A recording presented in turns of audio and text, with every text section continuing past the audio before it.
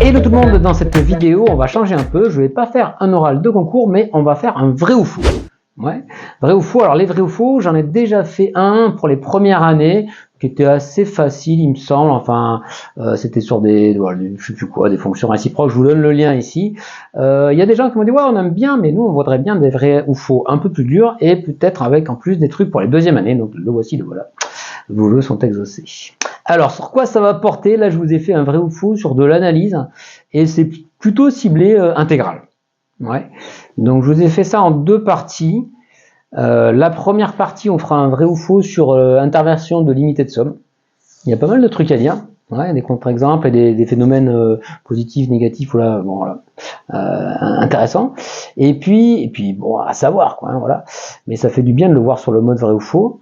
Et après, deuxième partie, ce sera encore sur les intégrales, plutôt intégrales impropres, propriétés asymptotiques de la fonction, etc. Bon, des tas de trucs. Bien, et ça va nous faire pas mal réviser, vous allez voir en quelques questions déjà, ça va être sympa, ça va nous faire progresser. Qu'est-ce que je voulais vous le dire d'autre? Alors les vrais ou faux, en fait, ça a l'air tout bête, oui, une chose sur deux. Bon, non, pas du tout en fait. Vrai ou faux, c'est vraiment sympa parce que la question est ouverte, c'est-à-dire, on vous dit pas montrer que, c'est est-ce que. Donc ça vous invite à réfléchir vraiment de façon autonome. Et puis après, bah, évidemment, le truc c'est de pas dire vrai ou faux, sinon ça sert à rien. Il faut une justification. Donc si c'est vrai, évidemment, on veut une preuve. Et si c'est faux, il faut vraiment un argument précis. Et si c'est un truc et quel que soit machin, il faut vraiment un contre-exemple. Donc ça aide à chercher, à se forger de l'intuition en allant trouver des contre-exemples. Et ça, c'est vraiment important en mathématiques. Et donc vraiment vrai ou faux, ouais, c'est pas si naïf que ça les vrais ou faux. Et c'est vachement cool les vrais ou faux. Faites-en parce que ça vaut le coup. Ouais. Évidemment, juste pas en sachant la réponse, mais pourquoi c'est vrai, pourquoi c'est faux. On démarre? Allez, c'est parti. On regarde un premier vrai ou faux. Donc la première thématique. Donc faut les faire comme dans l'ordre, ouais, sur chaque thématique. La première thématique, c'est interversion, limite et intégrale. Ouais. Allez, on commence avec ça. Donc à chaque fois, je vais vous laisser un peu de temps, mais il faudra faire un peu en mode chrono. Hein. On pose E égale l'ensemble des fonctions continues de R dans R, et je me donne une suite de fonctions continues, f indice n, et je suppose que pour tout x appartenant à 0,1, fn de x tend vers f de x, où f, c'est une fonction que je vais supposer continue. Ouais. Donc du coup, je peux l'intégrer. Donc est-ce que, vrai ou faux, intégrale de 0 à 1 de f indice n tend vers l'intégrale de 0 à 1 de f? À vous de jouer. Alors, roulement de tambour, la réponse est faux, bien sûr. Faux, bien sûr, bah, on fait ça, non? Alors, bah, peut-être pas les premières années, tu me diras. Peut-être pas les premières années. Alors, le contre-exemple, c'est le contre-exemple des chapeaux pointus. Ouais, qu'est-ce que c'est les chapeaux pointus?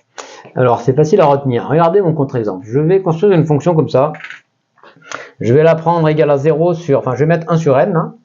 Bon, alors, je vais prendre... ouais, bon, n supérieur à 1, on s'en fout, hein.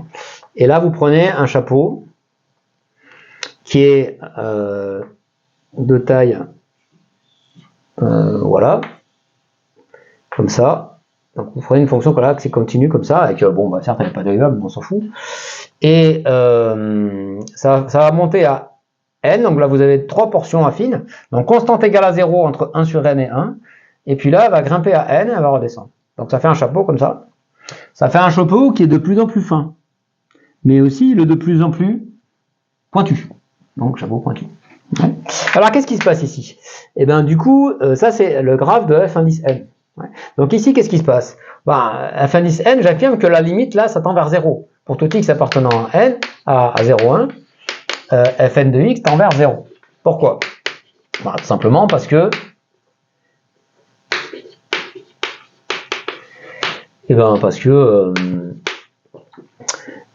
ben voilà, si x égale 0, bon, ben ça vaut tout le temps 0. Et puis si x est strictement positif, vous voyez qu'au bout d'un certain rang, 1 sur n il va être plus petit que x. X il est fixé. Donc en fait, la suite fn de x, elle stationne à 0, tout simplement. D'accord?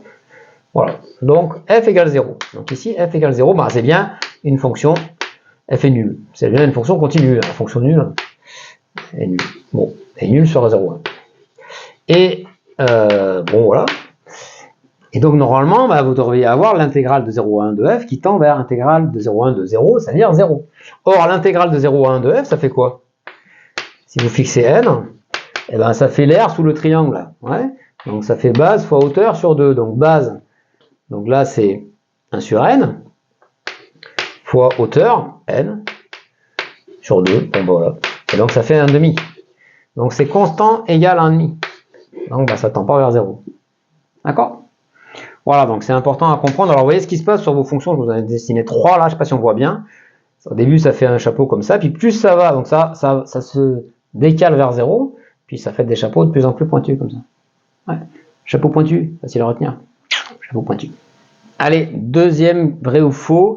Et écoutez, j'ai pris le même que tout à l'heure, mais j'ai rajouté une hypothèse en plus. Ouais. Donc c'est souvent ça, les vrais ou faux, c'est créé comme ça en gros. Tu prends des trucs, des termes du cours, t'enlèves, tu rajoutes des hypothèses et tu vois si c'est encore vrai, c'est encore faux. En gros, ça vous aide à vous poser des questions. Hein. En maths, pour progresser, il faut se poser des questions. Donc là, ben, qu'est-ce qui se passe si je rajoute une hypothèse en plus? Je vais rajouter que la suite des Fn, elle est bornée en norme infinie. Ouais. Ça veut dire que il existe un m tel que pour tout x appartenant à 0,1, pour tout n appartenant à n, valeur absolue de Fn de x est inférieure à m. Ouais. Vrai ou faux? L'intégrale de 0 à 1 de Fn tend vers l'intégrale de 0 à 1 de f. C'est parti!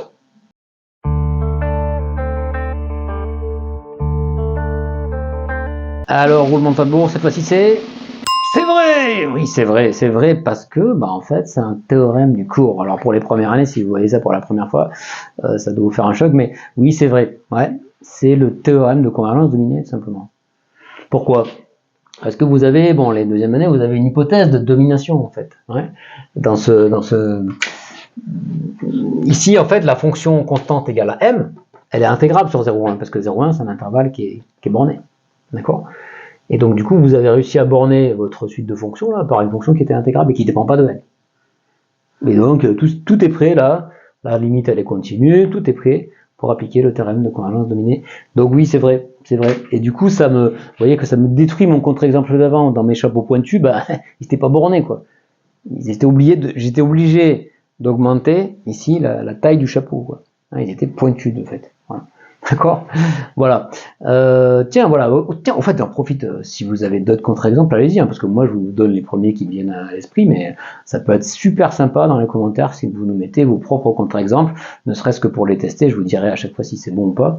Ouais, donc allez-y, n'hésitez pas, balancez vos contre-exemples si vous en avez d'autres, faut pas hésiter. Allez, c'est parti pour le troisième, vrai ou faux, c'est parti. Alors, qu'est-ce que j'ai fait ici? Eh ben, écoutez, je suis passé de 0,1 à R+. Donc, je me suis dit, du coup, c'est naturel de se dire, sur 0,1, ça marche, allez, on va aller taquiner R+. Donc, je prends une suite de fonctions continues toutes de R+ dans R, et je vais supposer encore de la convergence simple, Fn de x tend vers f de x quand même dans la plus infinie, là, pour tout x, positif. Je vais supposer, un truc qui calme un peu, comme tout à l'heure, en gros, je vais supposer qu'elles sont uniformément bornées. C'est-à-dire que il existe une constante m là, telle que les fonctions elles seront encadrées là entre moins m et m, indépendamment de x et de n. Ok. Je vais supposer tant qu'à faire pour pouvoir envisager l'intégrale qu'elles sont intégrables toutes sur R+, et puis même je vais supposer que la limite aussi est intégrable sur R+, là c'est intégrale de 0 à plus l'infini évidemment. Ouais. Voilà. Bien. Alors, vrai ou faux? L'intégrale des Fn sur R+, tend vers l'intégrale de f. Faut jouer.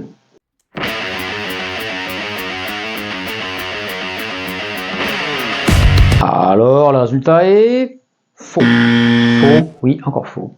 Oui. Alors, pourquoi? Voilà un petit contre-exemple sympa. Le contre-exemple des bosses glissantes.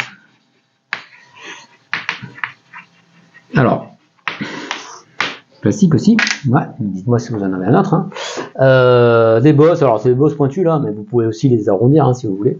Si vous avez besoin, ça s'arrondit, c'est pas un problème. Alors, qu'est-ce que ça fait? Ça fait une fonction qui est nulle en fait, Fn, qui est nulle sur de 0 jusqu'à moins 1. Prenez n supérieur à 1. Et après, ça fait un pic en 1, là, hop, ça monte. Ça va grimper en n, pardon. Ça monte égal à 1, puis après ça redescend. Ouais. Donc qu'est-ce que c'est ces fonctions? Vous voyez que c'est en gros quand n, c'est nul partout sauf ça fait un pic là comme ça. Donc là ça fait une bosse. Et puis quand n tend vers l'infini, elle glisse cette bosse. Ouais, elle va vers l'infini.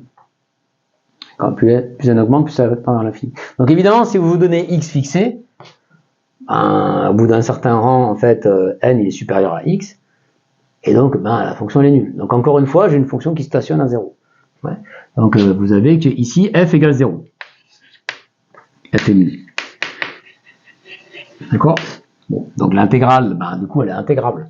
Ouais, tout ce que vous voulez. Voilà. Et évidemment aussi, vous avez ici, elles sont toutes les deux, enfin, elles sont toutes bornées. Hein. Là, si vous prenez m égale 1. D'accord? Elles sont toutes intégrables, bien sûr, puisque l'intégrale, on va la calculer. Intégrable. Donc, intégrale de 0 à plus l'infini de f.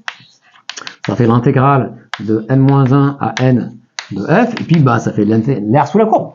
L'air sous la courbe, ça fait base fois hauteur sur 2. Alors, ici, combien on a? Ici, on a 1, ça fait 2, base, 2 fois 1 sur 2. Bon, voilà. Donc, elles sont toutes d'intégrale 1. Ouais. Et pourtant, ça tend pas vers... Ça tend pas quand n tend à plus l'infini, ça tend pas vers l'intégrale de 0 à plus l'infini de f, qui, elle, vaut 0. Et ouais, voilà. Donc, les bosses glissantes. Bien, quatrième, vrai ou faux. Toujours sur la même thématique. Donc, qu'est-ce que j'ai fait? J'ai dit j'en ai marre. Cette convergence simple, c'est tout pourri. Hein. Je vais mettre de la convergence uniforme. Ouais, et puis tu vas voir ce que tu vas voir. Donc, qu'est-ce qu'on a fait? On a dit soit donc toujours une suite de fonctions continues. La limite, alors je suppose qu'elle converge uniformément vers une autre fonction continue. Ouais. Du coup, et blablabla. Et donc, je suppose qu'elles sont toutes bornées. Bon, ça c'est un petit peu superflu. Et après, je suppose qu'elles sont toutes intégrables. D'accord? Que la limite est intégrable, tout ce que tu veux. Ouais. Forcément, à un moment donné, vrai ou faux, l'intégrale sur R plus de Fn tend vers l'intégrale sur R plus de R. Vrai ou faux?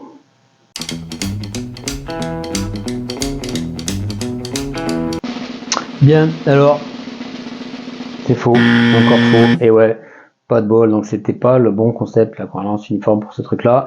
On va voir tout de suite un contre-exemple, alors je m'excuse par avance, parce que c'est un peu particulier comme contre-exemple. L'image permettra de retenir, mais enfin bon, je vous préviens tout de suite, accrochez-vous. C'était un contre-exemple à l'époque, notre prof de spé nous avait présenté ça comme ça, bon, il était sans phare, on va dire. C'est un contre-exemple un peu scato, je vais vous expliquer pourquoi.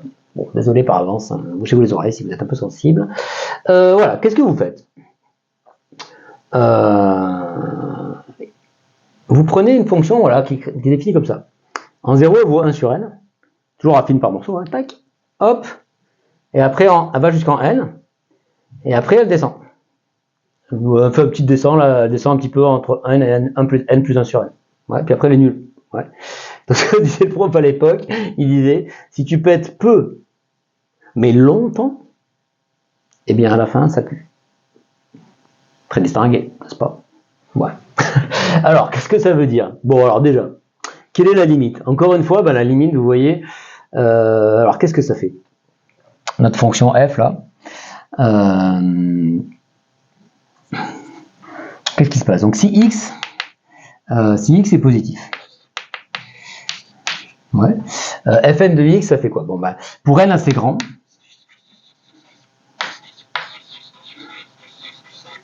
de toute façon, regardez, c'est pas compliqué, hein. Fn de x, pardon, excusez-moi, mais pour tout x positif, on va pas s'embêter, pour tout x appartenant à R+, par construction, Fn de x est inférieur ou égal à 1 sur n.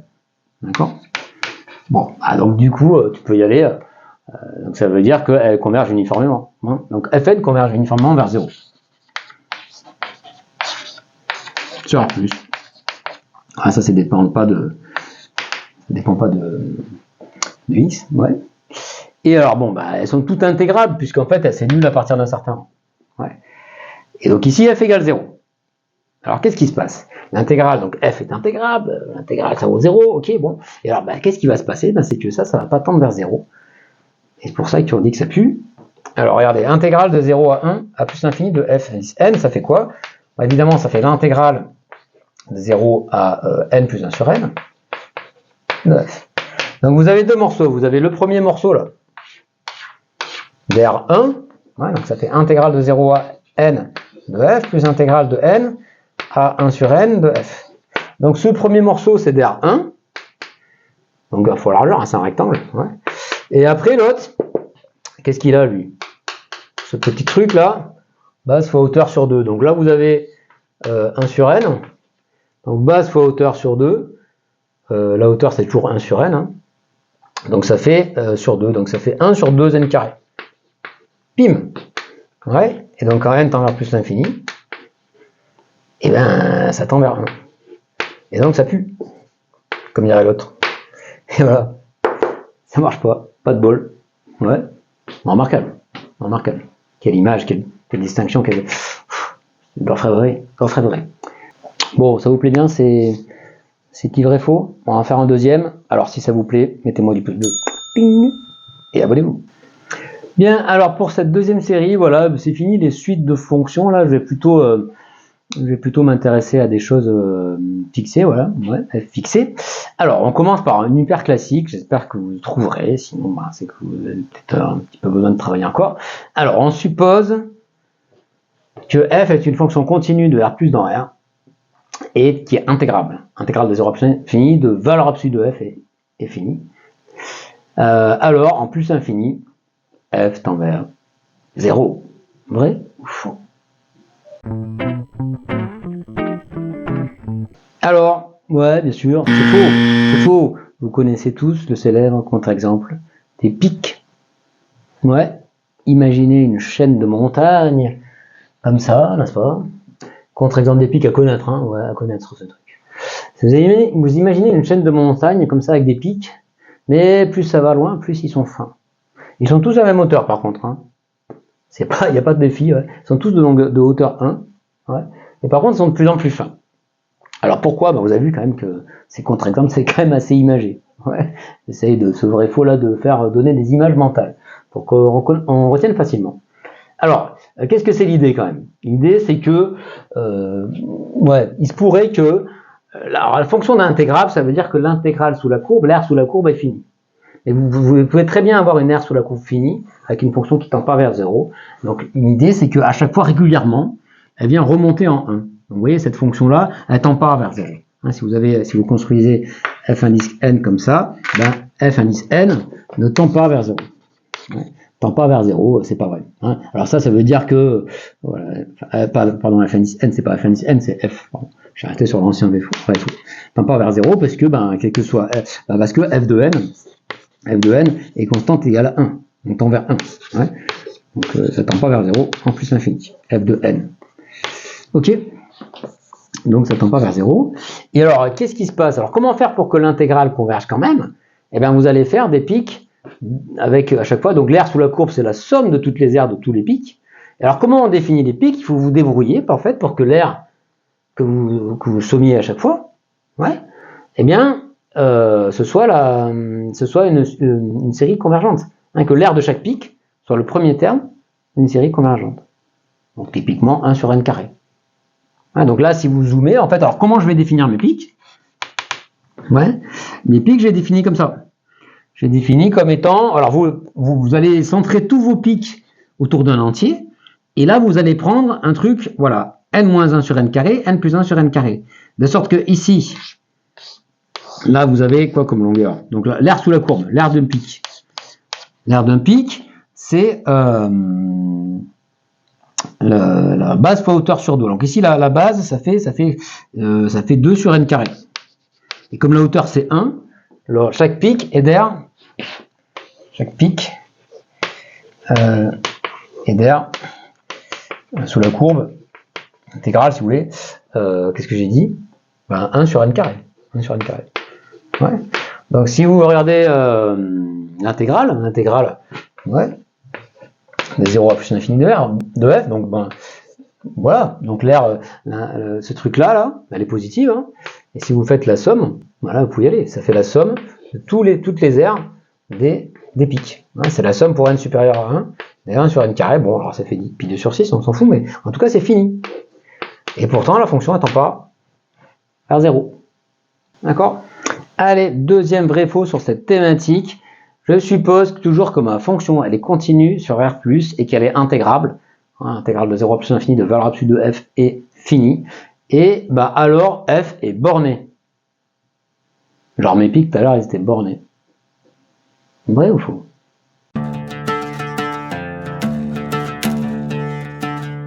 Réponse. Encore faux. Bah oui, encore faux. Contre-exemple, encore des pics.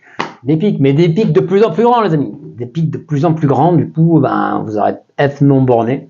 Mais par contre, des pics ultra fins. Ouais, genre hyper fins, de telle sorte que l'air en fait soit quand même borné. Donc vous prenez votre pic, regardez. Donc là, qu'est-ce que j'ai pris? Donc je les ai centrés encore une fois sur des entiers. Et puis là, j'ai pris une base, au lieu de prendre 1 sur n carré, là, j'ai pris 1 sur n cube. Voilà, je ratrécis un petit peu la base, ouais, comme il faut. Donc là, vous avez quoi? Vous avez 2 sur n cube. En hauteur, vous avez n. Donc si vous faites l'air sous la courbe, l'air d'un pic, eh ben, ça fait, ça va faire n fois 2n sur 2. Donc ça va faire donc, n fois 2 sur n cube, pardon, sur 2. Et donc ça fait encore 1 sur n carré, dis donc. Et donc voilà, donc quand tu sommes, et bien ça fait encore une intégrale qui converge, mais évidemment elle n'est pas bornée, hein, puisque f de n, quel que soit n appartenant à n, étoile, f de n est égal à n. Donc ben, du coup, on tend même vers l'infini, donc elle n'est pas bornée. Elle n'est pas bornée, mais régulièrement, en fait, en gros, elle est quand même assez souvent nulle. Hein. Voilà, quand elle n'est pas nulle, c'est très fin, quoi. Et donc l'air sous la courbe, ouais, donc là, il y a une rupture d'échelle et hop, ça remonte, mais c'est hyper fin. Etc. On continue. Hein. Ouais. Ça marche. Voilà, à connaître. Donc les pics qui montent vers les cieux. Très fin. Allez, troisième vrai faux sur cette thématique. Encore une fois, je vais rajouter un truc pour voir si ça s'améliore. Hein. Donc c'est le principe de... Je me pose des questions, et si je rajoute ça, et si j'enlève ça, voilà, c'est vraiment ça qui fait bien progresser, je trouve. Donc on va supposer qu'encore f est continue et intégrable sur A+, et on va rajouter qu'elle est uniformément continue. Alors là, c'est pour les MP. Ouais, alors partez pas les autres, parce que bon, après j'ai d'autres trucs pour vous. Ouais, alors, f tend vers 0, en plus l'infini, vrai ou faux? Vous le...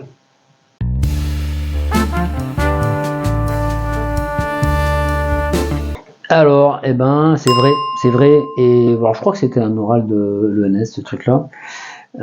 Bon, je sais pas si ça pourrait tomber ailleurs, hein. Bon, au mine, franchement, il n'y a pas de problème pour que ça tombe au mine. Uniformément continu. Ouais. Alors, comment on va prouver ça? En gros, l'idée derrière tout ça, c'est que, si vous voulez, votre contre-exemple des pics avec les pics, bah, finalement, en fait, ça fait vraiment des variations trop soudaines, en fait. Une fonction uniformément continue, ça peut pas, boum, d'un coup, là, exploser, quoi. Ouais, c'est ça l'idée. Votre pic, il est de plus en plus fin, même quand les pics sont bornés, quoi. D'un coup, il y a un pic d'un coup, là, ouais. On a presque une masse de Dirac, là. Ça monte d'un coup. Ouais. Donc ici, bah voilà. Ça va pas le faire, ça va pas être possible. En tout cas, ça va contrecarrer ce phénomène. Ouais. Alors, donc supposons, donc vrai. Alors, donc supposons f uniformément continue. Et on va montrer que f tend vers 0 plus l'infini. Alors une façon de faire, je sais pas si c'est le truc le plus agréable, enfin moi je pense que ça doit marcher comme ça. On fait par l'absurde. Par l'absurde, alors qu'est-ce que ça veut dire que montrons que voilà, quel que soit epsilon, quel que soit pardon, a quel que soit pardon, epsilon, c'est ça, epsilon strictement positif, il existe un certain A, ouais, appartenant bon, positif aussi, ouais, tel que quel que soit x supérieur à A, eh bien f de x en valeur absolue c'est plus petit que epsilon. Ouais, donc ça veut dire que f tend vers 0 en plus infini. Donc par l'absurde, vous allez nier ça. Ouais. Donc dans le cas contraire, bon, ça vous dit, bah vous niez, négation de ça, c'est il existe epsilon, tel que quel que soit A positif, il existe x supérieur ou égal à A, tel que f de x est supérieur strict à epsilon. Alors vous allez particulariser ça, donc bon votre epsilon il est là, et là vous avez A. Donc vous particularisez avec A est égal à n, ouais, pour n donné. Et puis du coup vous obtenez d'où x égale xn supérieur ou égal à A, tel que f de xn est supérieur à epsilon. D'accord? Supérieur strict si vous voulez, on s'en fout. Et donc du coup ça vous donne une suite, donc du coup vous avez une suite qui tend, pour tout n, hein, donc vous avez construit comme ça, d'où une suite, xn, qui tend vers plus l'infini, d'où xn, suite qui tend vers plus l'infini, supérieur à n, hein, supérieur à n, hein, ouais. Xn, suite telle que xn tend à plus l'infini, et évidemment, quel que soit n appartenant à n, alors absolu de f de xn est supérieur ou égal à epsilon. Voilà, donc dans mon contre-exemple des pics, le premier là, c'était xn, vous prenez xn égale n, c'est supérieur à 1. Bon. Alors pourquoi c'est un problème ça? C'est un problème parce que, en fait, en gros, vu que la fonction est uniformément continue, ça va être encore vrai. Vous aurez une minoration sur un truc un peu plus large qu'il y a en xn en fait. Et du coup, vous allez pouvoir intégrer là-dessus, ça fera un domaine trop gros, quoi. Où l'intégrale, la fonction est trop grosse. Sur un gros domaine, incompressible. Ouais. Donc qu'est-ce que... Voilà, alors... Du coup, faut donner ce que c'est l'uniforme continuité, on va dire. Hein. Donc, on a notre epsilon. Ok. Alors, on va la faire avec f uniformément continu, ça veut dire quoi? Hein, si elle se ainsi, quel que soit epsilon, alors, on va prendre quel que soit epsilon prime, on va prendre le même que tout à l'heure, hein, il existe un delta, tel que quel que soit xy appartenant à, alors ici je suis sur R plus carré, ouais, si R plus carré, pardon, si x moins y est inférieur à delta, alors, désolé j'ai plus trop la place, f de x moins f de y est inférieur à epsilon prime. Ouais. Et donc ici, bon, je vais prendre le cas où epsilon prime est égal à epsilon sur 2. Je vais prendre un peu de marge. Ça, c'est supérieur à ça. Je pense que ça devrait le faire. Est-ce que j'ai besoin de ça? Ouais, si, il faut, je pense. Ouais. Donc ici, on choisit epsilon prime est égal à epsilon sur 2. D'accord? Donc c'est positif. Bon, d'où delta, machin, tel que, machin. Ouais. D'où delta, tel que tout ce qui est marqué là. D'accord? Et alors, qu'est-ce qui se passe, en fait? Il va se passer que sur l'intervalle xn moins delta, xn plus delta, f de xn, elle va être supérieure ou égale à epsilon sur 2. Alors, pourquoi? Parce que, alors voilà, non, je me donne soit x appartenant à cet intervalle, xn moins delta, xn plus delta. Regardez ce qui se passe. On va faire un petit coup d'inégalité triangulaire. Valeur absolue de f de x. Ça, je vais l'écrire f de x moins f de xn plus f de xn. D'accord? Et ça, par inégalité triangulaire, la minoration, quoi, je vais le majorer par f de xn, qui est gros, moins f de x moins f de xn. D'accord? Mais f de x moins f de xn est petit. Il est petit. Lui, il est supérieur à... Enfin, ça, c'est inférieur à epsilon sur 2. Donc, quand j'enlève, c'est supérieur à... Alors, lui, il est supérieur à epsilon, ce qui s'est marqué là. Et l'autre, comme la distance est inférieure à machin, à epsilon sur 2, epsilon prime, ça marche comme ça. Et donc, ça fait ça. Donc, regardez bien ce que j'ai prouvé. Pour tout x appartenant à xn moins delta, xn plus delta, f de x est supérieur à epsilon sur 2. Et ça va être chaud, les amis. Ça va être chaud pour que l'intégrale converge. Hein. Ça va être embêtant. Ouais. Donc, regardez ce qui se passe. Vous avez une suite qui tend vers l'infini, comme ça. Et puis là, vous avez xn moins delta et xn plus delta. Ouais. Et là, vous êtes supérieur, en valeur absolue, hein, à un truc strictement positif. Ouais. D'accord? Donc ça, à chaque fois, ça veut dire que vous avez ça sous la courbe, quand même. Hein, sous la courbe de valeur absolue de f. Voyons que c'est impossible. Je vous ai remarqué ça ici. Ouais. f de x est supérieur à epsilon sur 2 sur un intervalle comme ça. Ouais. Alors qu'est-ce qu'on va utiliser? Pourquoi ça ne marche pas? On peut introduire le reste. Ouais. On va introduire R de A si A est positif. Ouais. Si A est positif, on pose R de A est égal à l'intégrale de A plus l'infini de valeur absolue de f. Hein. Elle converge, hein, donc c'est bien défini. Donc ça c'est le reste. Et donc le reste, évidemment, R de A tend vers 0 quand A tend vers plus l'infini. Et maintenant, je vais regarder R de xn moins delta. R de xn moins delta. Ça fait quoi? Ça fait l'intégrale de xn moins delta plus l'infini de valeur absolue de f. Ouais. Mais ça, évidemment, c'est l'intégrale de xn moins delta, vous faites un petit coup de châle, xn plus delta de valeur absolue de f, plus l'intégrale du reste, xn plus delta, hein, bon, a plus l'infini de ça. Ouais.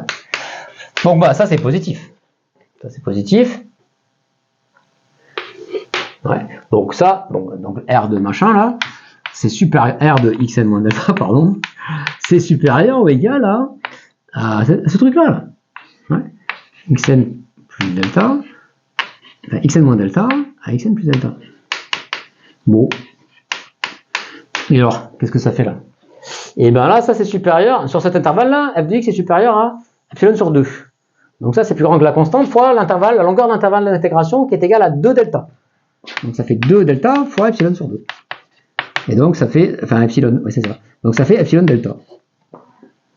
Et alors là il y a un problème. Parce que ça c'est strictement positif et ça dépend pas de n. Ouais. Alors que ça, ben, comme xn tend vers l'infini, ça tend vers 0. Ouais. Ça tend vers 0 quand n tend vers plus l'infini. Car xn tend vers plus l'infini. Là, contradiction. Ouais, contradiction. Contradiction, vous tombez sur delta epsilon négatif alors que c'était censé être positif. Ok. Voilà. Bah, au passage, un exercice bon peut-être classique, ouais, mais pas si évident que ça. Alors pour finir, on va s'intéresser à la relation entre intégrale impropre et série. Ouais, les mêmes fonctions. Alors si f est continue de R+, dans R+, et on va prendre positif, hein, ça c'est plus simple. Et si la série des termes généraux f de n converge, alors l'intégrale converge. Ben ouais, c'est pareil. Vrai ou faux?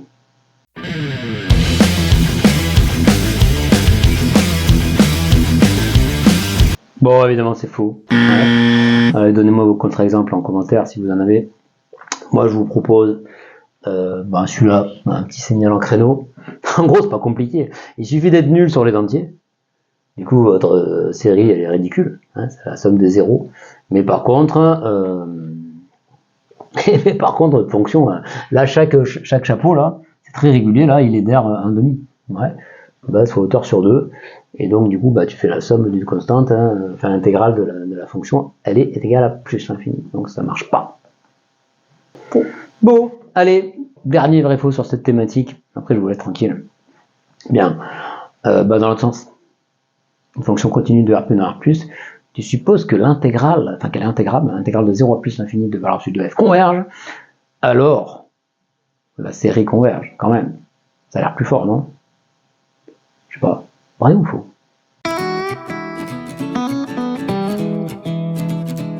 Alors, si vous n'avez pas trouvé, c'est que vous n'avez pas très bien compris le contre-exemple des pics.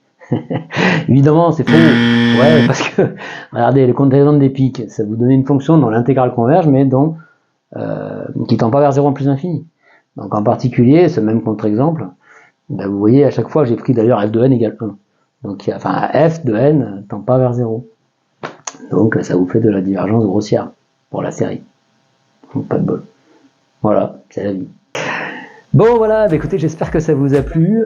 Dites-moi en commentaire si ça vous plaît les vrais faux, si vous en voulez d'autres ou si vous voulez que des euros. Moi je trouve que ça changeait un peu, mais bon, ça se trouve vous voulez que des euros. Hein, voilà. Je ferai pas trop de cours sur cette chaîne, hein, pas trop, mais bon, les vrais faux, je t'estime que c'est vraiment instructif. Voilà, donc dites-moi, mettez-moi des pouces bleus si vous avez bien aimé, c'est sympa, ça m'encourage aussi. Et puis voilà, est-ce que j'en fais d'autres? Il y a plein de possibilités, hein. J'avais un vrai faux de topologie prévu, j'avais je peux faire plein de vrais faux sur tout ce que tu veux, hein. C'est vraiment très instructif à chaque fois. Voilà, allez, je vous souhaite de bien continuer à bosser et faites des bonnes maths et régalez-vous. À bientôt, ciao.